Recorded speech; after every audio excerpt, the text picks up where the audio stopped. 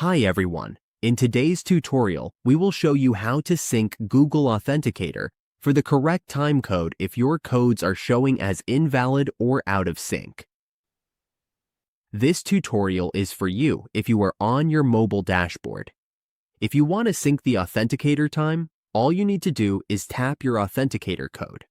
Once you tap that, go to your Google Authenticator app and then tap the three dots and go to Settings. Under the Settings, you will see the Time Correction for Codes option. We cannot show this part because Authenticator apps do not allow screenshots while inside the app or dashboard. Once you are in Settings, you will see the Time Correction Codes option. Tap this, and then a Sync button will appear. Tap Sync so that it will sync your time code in the Authenticator app. This will help fix any sync issues in Google Authenticator, so your verification codes work correctly.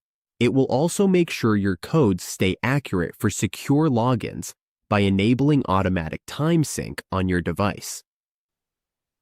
Once you have done that, your codes will now be on the correct time in your Authenticator, and that is it. Now you know how to sync Google Authenticator for correct time codes.